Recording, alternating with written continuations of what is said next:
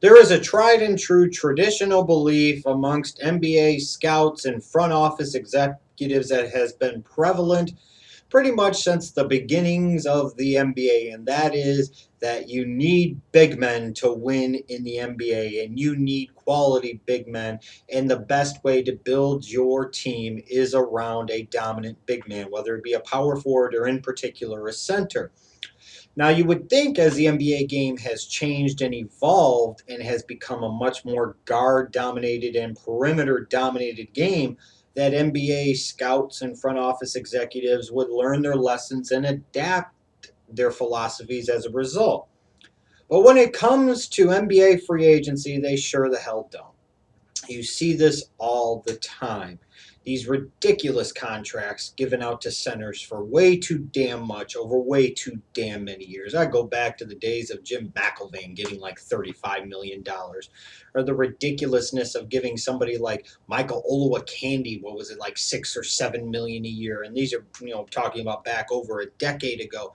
You're talking about the contracts like giving freaking Samuel Dallenberg over $10 million a season. Eric Dampier, I think at one point in time, was getting over $10 million a season. Tyson Chandler was getting like $11 or $12 million a season for being a one-dimensional center.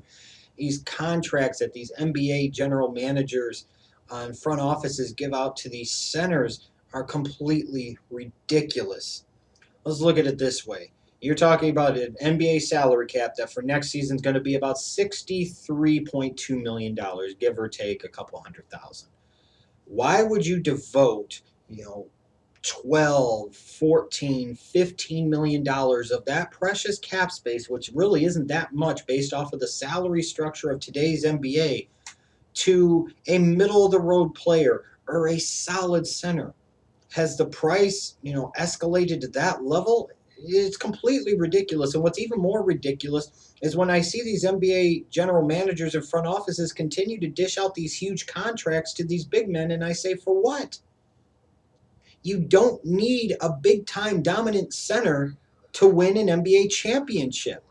You just don't. And this notion that you need it is completely ridiculous. And I look at the deal that Marcin Gortat recently got from the Washington Wizards to re-sign. They just gave Gortat freaking 5 years and $60 million. Why in the bluest of blue hells would you give $12 million a season, close to 20% of your total salary cap space, to a solid NBA center? You look at Gortat, you're talking about a player that's 30 years old already.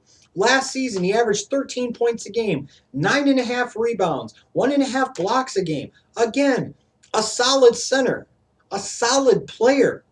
But do those numbers and does the position that he plays in any way, shape, or form justify or necessitate giving this type of guy $12 million a season to a guy that, mind you, again, has never averaged 16 points a game in a season, has only once had 10 rebounds per game in a season, and has never averaged 2 blocked shots per game in a season?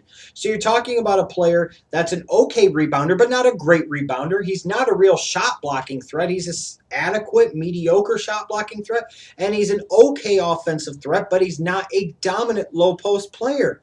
Why in the bluest of blue hells, again, in a league where most of the great players are all perimeter-based players, would you devote over $10 million, in this case $12 million per season, to a Marcin Gortat and think that that is a good decision, think that that's a good idea at all?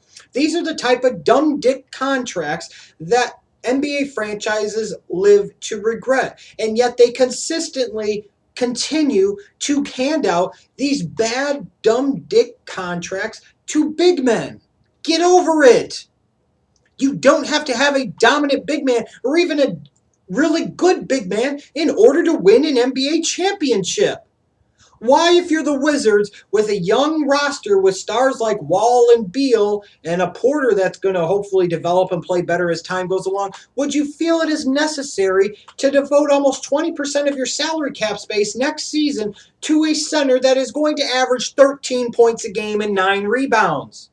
Is that the going rate for big men in an NBA where the big man's importance is at an all-time low? NBA GMs are stupid.